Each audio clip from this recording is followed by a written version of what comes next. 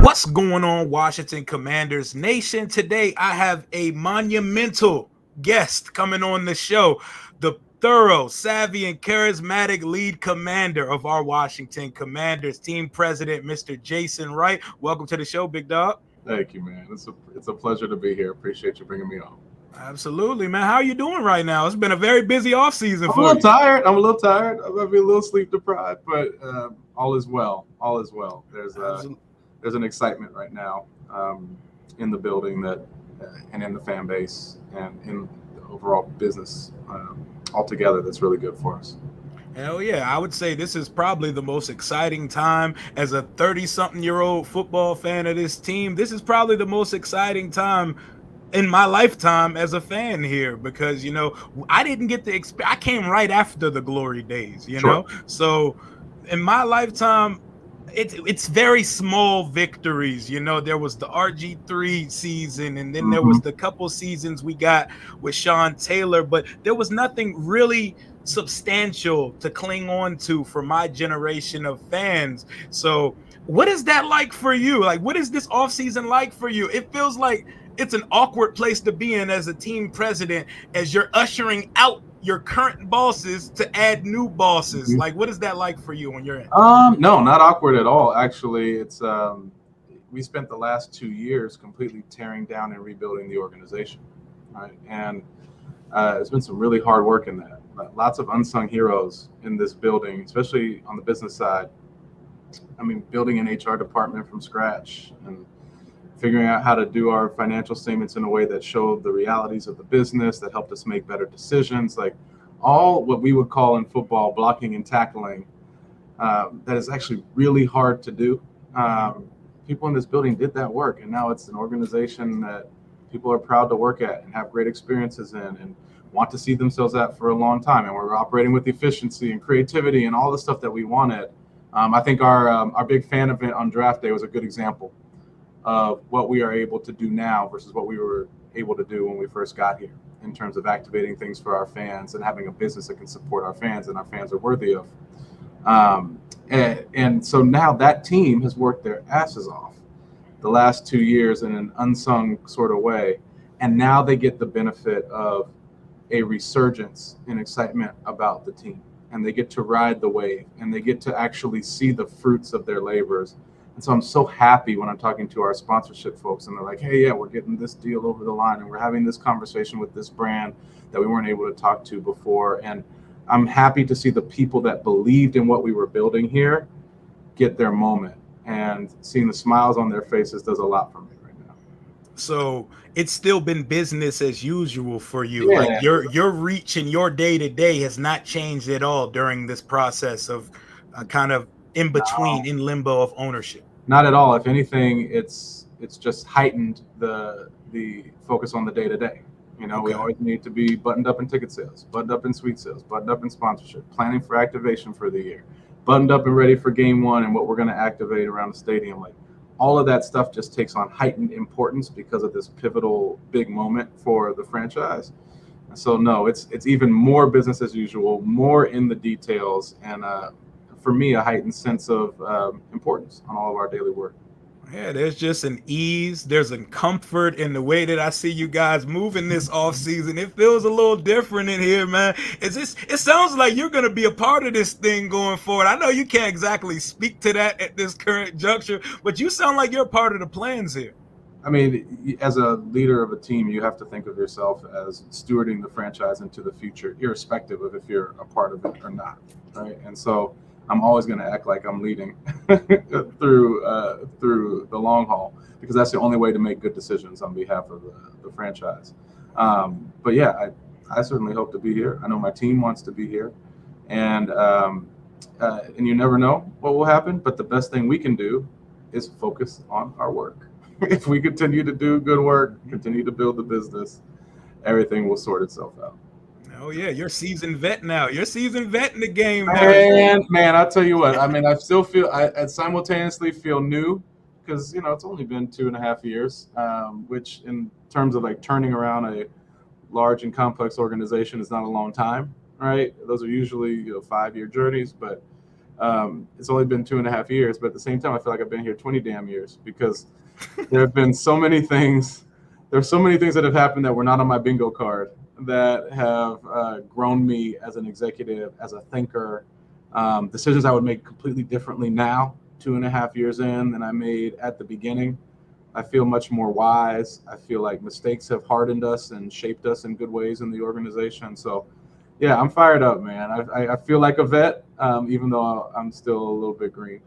Hell yeah. I mean, technically, I wouldn't even say you're green at all because your situation is different than most team presidents Sure. coming in. Like, you got thrown right to the fire and right to the wolves. It was like you skipped basic training and was thrown straight to war the day you got on the job. A laundry list of things here in Washington, and you've managed to go through them with class. You've managed to stay thorough. You've taken your L's and you've taken your L's on the chin, and you keep it pushing, and you've been transparent the whole time. And I love your approach as a team president because you're coming in different. You are young. You're a young African American team president. You are savvy with how social media works. You know the pulse of the fan base. You're cognizant of the things people are saying in the media and within the fans and on a national scale. Is that by design, or that's just who you are, Nathan? I mean, yeah, actually, thank you for the compliments because I actually at times feel like I'm not super social media savvy, and I could do better. But I'm my own worst critic, right? I tend to be on my own ass pretty hard. But I think part of it is just bringing my full self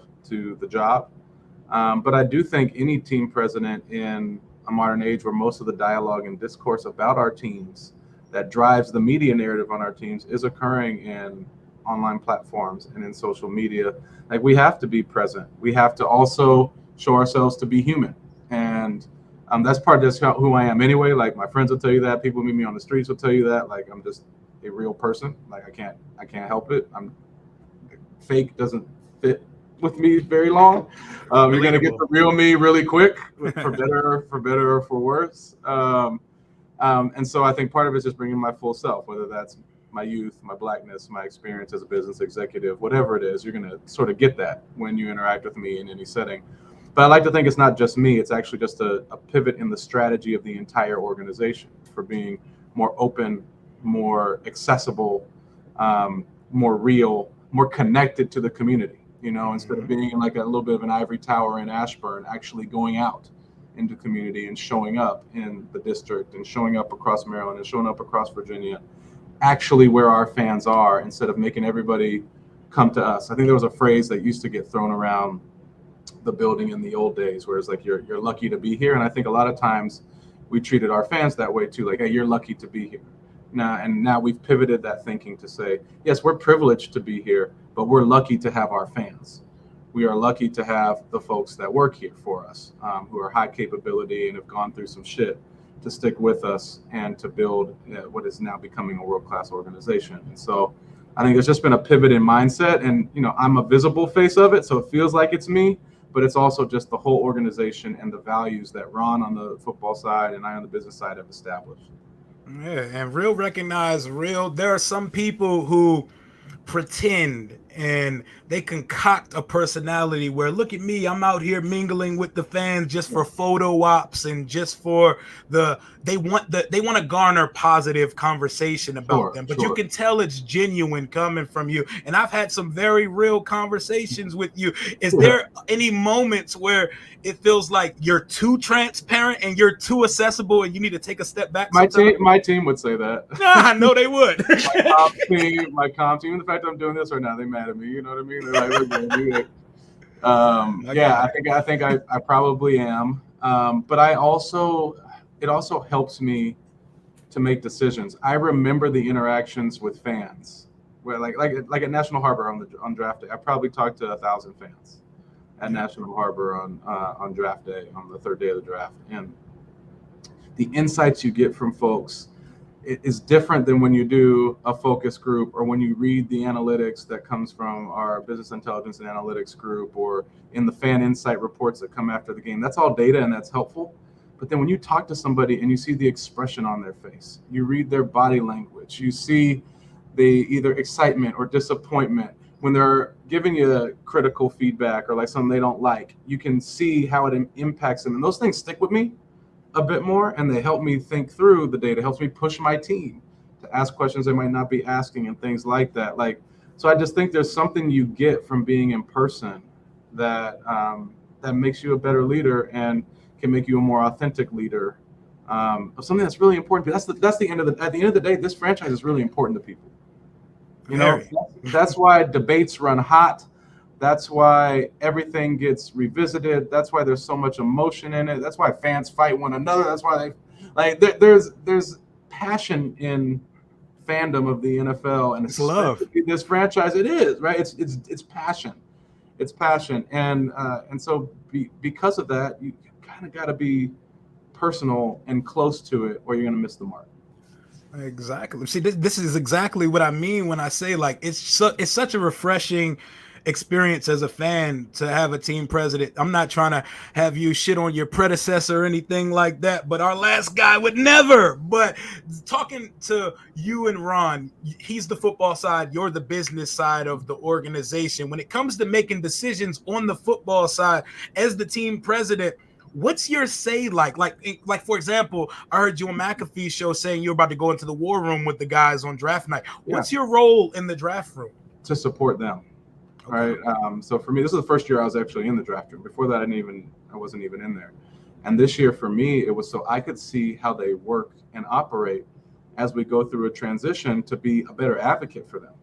You know, to understand their strategy, understand what they're trying to build, understand where investment could be helpful to get behind them to take what they're trying to do to the next level. Because as we transition into a new ownership group, there's an opportunity for an infusion of investment in various different places. And so I still run the P&L, and so the decisions on that stuff have to flow through the business side at some level.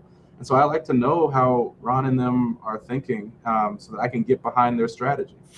That's our job, and that's the whole business side understands that as their job. One of our core values is family, and it doesn't mean just we treat each other nice. It does mean that we treat each other with respect and dignity and all that. We mentor people well, we develop talent. It does mean all that stuff. But it also means we are looking out for the success of others outside of our department. So for us, that means ultimately the business side, we are predicated on how well we do in supporting the next Lombardi Trophy coming back to Washington.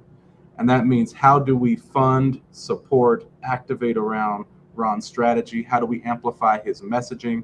How do we help the world understand what they're building? And how do we support it in a dynamic way? And so that's the only reason I'm ever over there whatsoever, because they have a clear plan. They have a clear strategy. And it would take me 20, 30 years of doing what they've done in coaching and research to even be credible in giving my thoughts. Instead, I'm just like a fan. I got my opinions like everybody else, and I shut up and get in line and try to support them as best I can.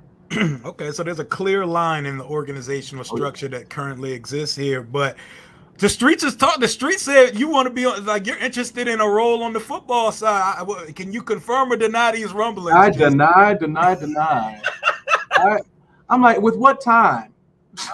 I'm like, in what world? I think what because I asked Mike, the guy who reported that, like, what are you talking about, man? And I think he said when I first took the job, like almost 3 years ago, someone asked me if I would want to oversee the football and business sides. And I think I said maybe one day, maybe, but it was probably a throwaway comment because I was just responding off the cuff. He kept that in the pocket for a rainy day. Sure did. I have zero desire to do that. Like there are more complex decisions on our plate. We are not operating and we're not yet an A operation on the business side. Like we're not what we were. We've come a long way in rebuilding this place over 2 years, but we are by no means running an A or A+ operation on the business side. We have so far to go that the idea of taking on something that of that complexity, of that scope, and actually adding value beyond what they're already doing is just stupid. Oh yeah, I didn't really take too much from that. I was like, I think he got his hands full on the business. 100%. Like we got to get our shit together. Hell yeah. Together, and we are light years from where we were. when we started. Don't get me wrong. And I'm so proud of our team. And if any of them listen to this, I don't want them to think I'm disparaging them, because they know how proud I am of them. The growth in the season ticket member base, the growth in the Suite Holder Network, against all odds, the growth in sponsorship, the way that we've continued to improve FedEx Field, which needed a ton of time, care, and attention. I'm so proud of all the work they've done. But they also know that we're not yet knocking it out of the park. And until we're doing that, nobody should be talking about anything ambitiously. Hell yeah, that's like Kobe Bryant said, job's not done. Job's not finished That's yet. right. And I'm glad to hear these things too, man. Since you've got here, it's been a breath of fresh air. But like when it comes to the football side and the business side, I'm glad to hear that there's fleshed out roles for guys and people are staying in their lane and there's not so much meddling taking place.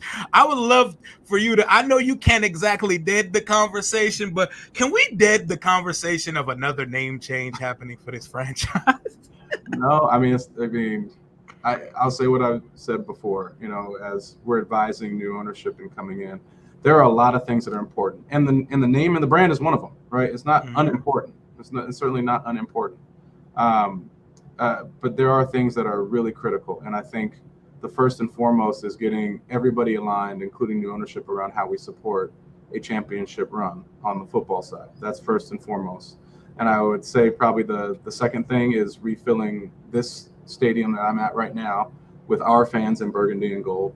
And then right after that is figuring out where the new home will be, and what that entertainment experience and multi-use development would look like for the team. And that's going to be a lot to do. It's going to be a lot to declare victory on those things alone. And then if down the road we pop our heads up and things are going well and we evaluate and say that, hey, this is still worth talking about, then I think that makes sense. I don't think it should be off the table, but in terms of the things that are most critical, those are the things where we're trained and focused right now. In terms of business numbers and brand recognition, have things went up significantly since the name was changed to Washington Commanders? I mean, it continued to go well, right? We still continue to break our own records in merchandise. It's gone incredibly well. And part of that's doing great partnerships with folks locally, like DC Proper and the museum. They really helped elevate the brand and create new merchandise that's culture forward and has flown off the shelves for us. We can't keep everything stocked, and especially in those limited lines. So it's gone well on all the dimensions that we measure. Things tend to, the biggest thing that flexes on the love of the brand is whether we're winning or losing. That's the biggest thing. So when we look at our data, it's up when we're winning. When we were on our 6-game win streak last year, all love. When we crash out of the playoffs at the end, not so much love.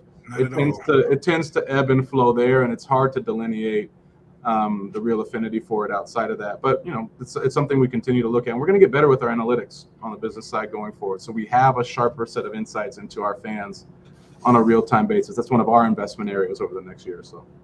Oh yeah, moving on to some football things. You're now in your third season, almost your third season as the president here. Ron's in his fourth season. We've been knocking at the door of a playoff run the last couple years. We had a kind of fluky Mickey Mouse style playoff trip in 2020, but the team, from a fan's perspective, we should expect the playoffs this year, correct? I mean, it's a good team. It's a good roster. It is. We were 8-1 last year. I can't talk about my feelings on the games and why we didn't win the ones that went into the playoffs, because I don't want to get fined. But write it off, man. I think we were very competitive. I'll say that, and Ron and the team on that side have a clear and articulated strategy. I'm excited about what Eric Bieniemy is going to do for our offense. And I said this before, it's not just that he's a brilliant offensive mind and our scheming and all our play calling and all that will be different and more varied and all of that stuff, but also the way that he drives culture and accountability. I think you're seeing it already in the way that people finish through the ball in practice, the demands on preparation before you step out on the field. It's another level of intensity that matches the intensity with which our defense practices already. And when you have two sides that battle like that in practice, game day then feels like an afterthought. The best teams I was on, it was like a game day every practice. Offense competing with defense, talking shit, getting in each other's faces, pushing each other physically and otherwise. And I think that's what we're going to get to this year. Always taking health and safety into consideration, never pushing guys in a physical way because you don't want guys not available. But I think what's happening on the football side is the next step in the culture, and EB is a big part of that. And I think what Ron and them have constructing the roster, they feel really good. They have a ton of belief in Sam Howell. And, I'm peripheral to football, but there's, when they've made big decisions in the past, usually there's a diversity of opinions on the football side. And that's a good thing. You want healthy debate. This is one of those things, one of the few things in the last 2 years of being here. Lockstep. All 5 of the top people unanimous about believing in Sam Howell as a starter quality quarterback, someone they loved coming out of college that they thought should have gone higher and that they were over the moon that dropped to us when he did. And, that's Ron, Marty, Martin, Eric Stokes, Rob Rogers, the whole crew on that side have that belief. And so when they're unanimous on that, and I'm not in the weeds and I don't understand it as they do, then I gotta check the I believe button. And I'm riding with them.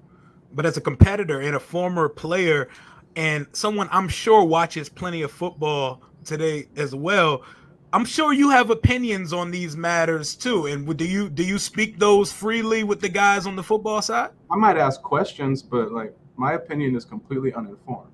That's they have opinions on our marketing plans. So they'll be like, hey, why did you use that tagline on that marketing plan? Here's why. Here are the reasons why. Well, I would have done it this way. Thank you for your input. That's the same way they should treat somebody on my side.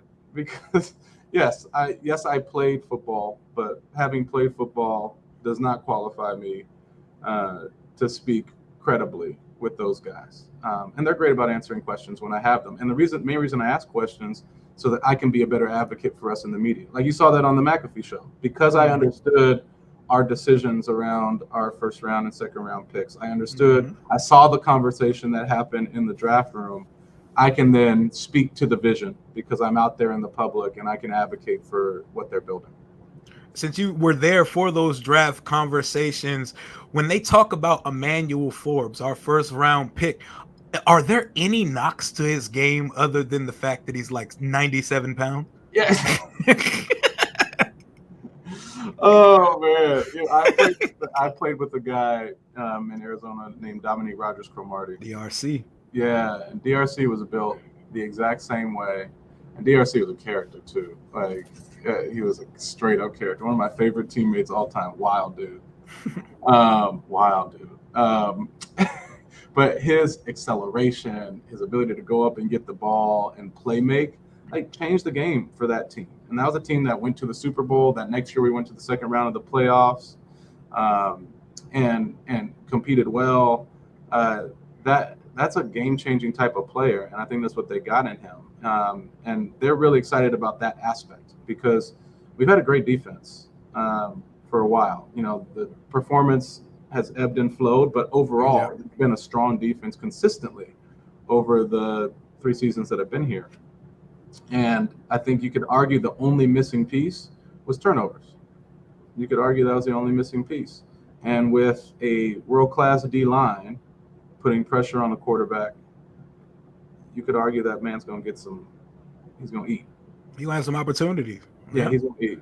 Yeah, he's definitely going to have some opportunities. And I think it is a good sign that the only negatives you hear about his game is his weight. I really don't see any red flags about anything about him as a cornerback. Good instincts, good preparation, smart kid, buttoned up, knows how to prepare. They feel great about him. And those are the reasons they took him. And that's the reason they took him over other people.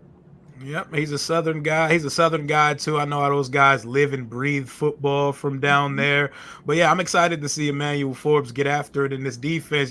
Don't say his name too loud around Fred Smoot because I know that boy is not letting anybody pass him without talking about Fred was so happy. His reaction to us drafting him was classic. It's It was classic. hilarious. It was Mhm. hilarious. But yeah, it's been 11 years since this team has seen 10 wins on the field. And in my lifetime, I have not once seen an 11-win season. My birth year, 91, was the last time this team has done it. So as fans, we really need in year 4, we really want to see a playoff football team. And the roster's good, like you said. Everything ebbs and flows on if the offensive coordinator quarterback marriage works out to be something beautiful here, correct? Right. And I think Ron and them believe that this should be a good year. I they're they're practical, pragmatic folks. They've been building for a few years now, and now it's time to deliver, and they know that, and they're ready for that. And I'm excited to continue to support them. Hell yeah. You know what would be exciting? HBO's Hard Knocks, man. You know, that would be a real good time. There's two versions. I think it would be fantastic. I think There's two versions now. There's a training camp and an in season. I'm just yeah, saying. I think a training camp version would be great for us because it would give the entire public an opportunity to see the organization that we've become, to see the culture that's been built by Ron and that team, to see the quality of guys that we have, to see the phenomenal coaches that we have, to highlight Eric Bieniemy and what he brings, to give the whole world insight into who he has and into who he is and what he brings to the table.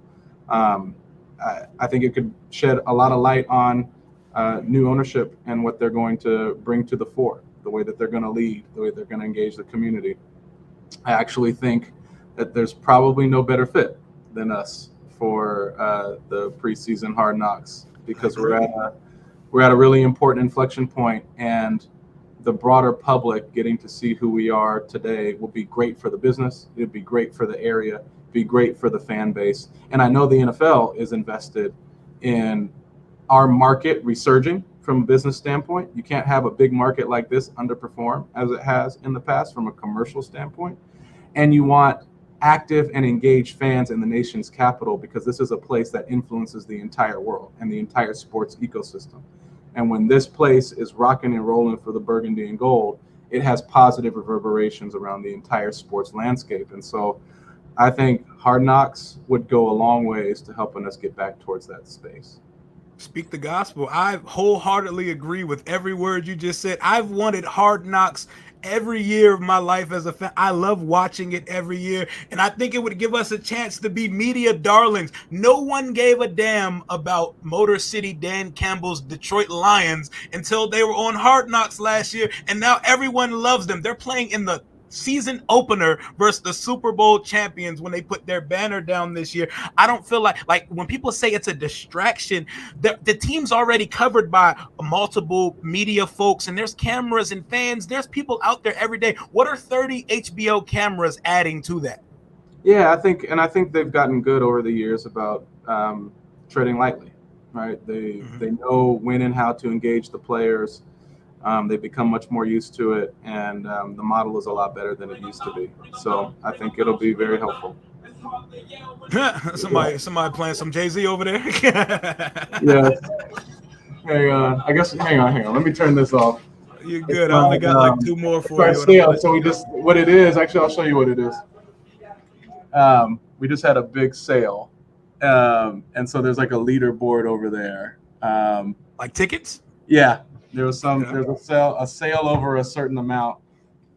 Um, and so when there's a sale over a certain amount, that salesperson and their theme music plays around the entire building. Hey, I love And it. I so, love yeah, I love the so song choice too. Hey, yeah, that's yeah. So somebody had Jigga as their guy.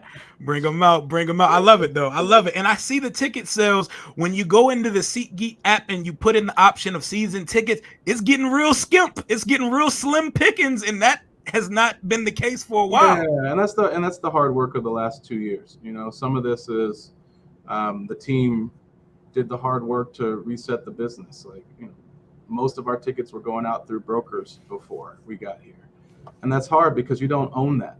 You can't protect the value for the season ticket holder. You know, you can get undermined in the market with prices going to rock bottom prices at the last second, and then the season ticket holder is like, wait a minute, like I invested in this, and like there was so much in the weeds, uninteresting to the fan work, but that was really important for us to do the last 2 years to pull back that inventory, consolidate brokers, get pricing right, have a right-sized sales force to be responsive enough to season ticket members. I think our sales force is 4 times the size it was when we started, and that hard work has happened over the last 2 years. So we had already grown the season ticket member base substantially, and now there's another inflection point where we're going to have another big jump forward, and we're ready. That's the point. Is we're ready. We have actually built the business to be ready for this moment, and the team is seizing the moment. And to close out the business side of things, a new venue needs to get built somewhere in the DMV, DC, Maryland, and Virginia. Y'all are pretty much playing The Bachelor, looking to get roses from DC, Maryland, or Virginia to see who's going to be able to put up our state-of-the-art Superdome for a venue that the fans deserve. What is that process like, and is it going to take a little bit longer than we initially thought it was going to? I mean, this is one of those topics, just like the sale, where talking about it doesn't help. I know. I had to ask, though. Talking about it is not helpful. Anything, keeping the confidences and approach of all the different leaders that have talked to us about what would work for them is important. But I'll say what I've always said, that we are in a unique situation where we have great leaders across the district, Maryland, and Virginia that have a good balance between funding and supporting thriving businesses that can create jobs and long-term economic activity with community and social needs. And they're able to accomplish one without sacrificing the other. And we're fortunate that whether it's the DC Council and the mayor's office, to Prince George's County Executive's office and the governor of Maryland, to Governor of Virginia and folks in Loudoun County or Prince William County, they are all engaged and thoughtful in that way.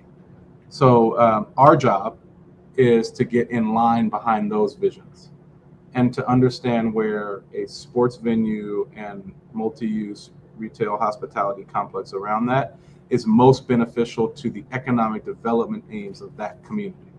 And it's about us finding the best fit behind what other folks are trying to do, instead of us saying, hey, come to us with your best thing, make us happy, and come to you.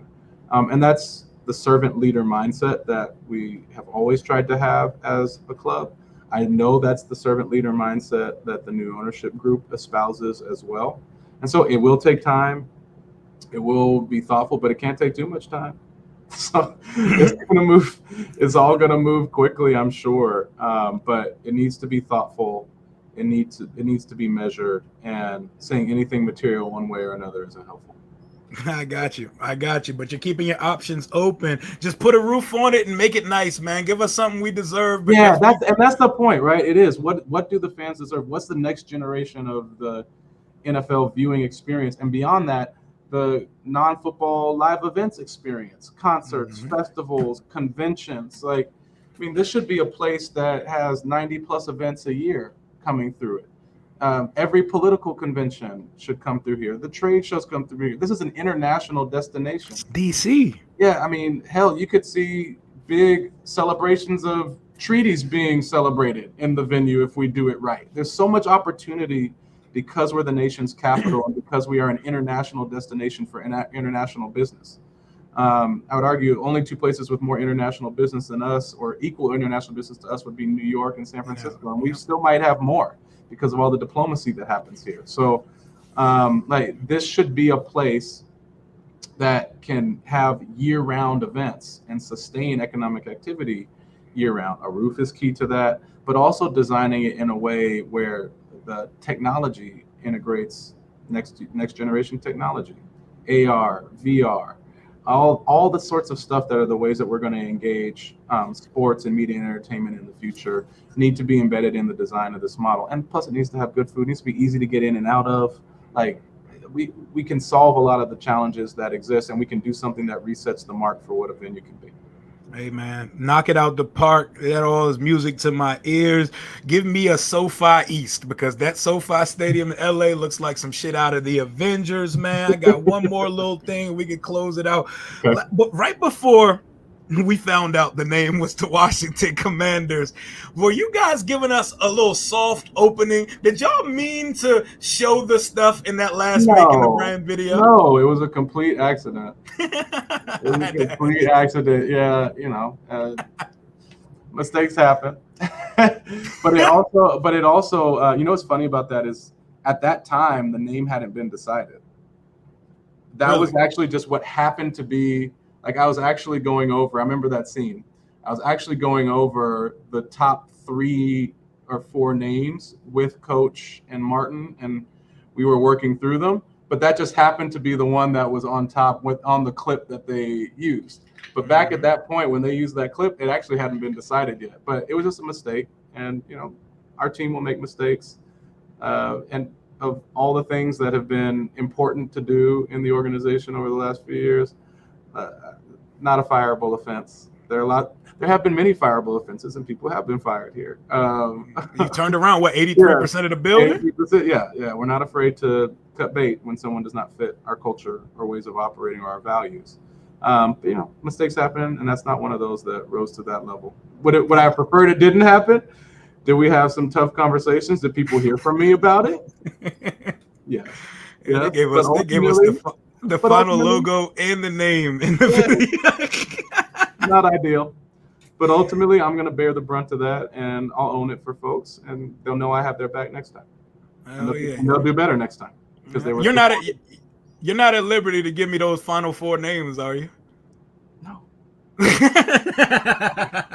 It was worth a shot, man. But I appreciate you, Jason. When all is said and done here and your book is finally completely finished here in Washington, what do you want your lasting legacy of your tenure as president to be? Oh, that's great. There's 3 things that pop to mind. First is that this is a business that is back in the top quartile of commercial performance in the NFL. And that sounds very crass. That feels like a dollars and cents thing.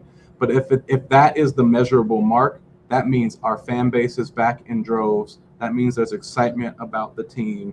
That means that this place is living and this area is living and breathing burgundy and gold, and we are once again an international brand, right? That's first. I'd say second is that our new venue development transformed a community. It raised standards of living. It created jobs. It created social impact vehicles. It especially distributed capital in an equitable way that supported Black-owned, brown-owned, women-owned, and veteran-owned businesses in a material way that there are new millionaires in those categories that got developed, that got created as part of that development. So there was a real economic development outcome that changed this region for decades as a part of our new venue project. And then third is we're kissing a trophy. Whew. Yes. Hell yeah, man. I appreciate that. I love that answer. And Jason, you're as real as they come. I appreciate you for coming to kick it with the common folk and touching base with the fan base, man. You're a real one. I appreciate you, my guy. I appreciate you guys and what you do. I know it's not been easy over the years, as you said, born in 91, right? Mm-hmm. It's not been easy.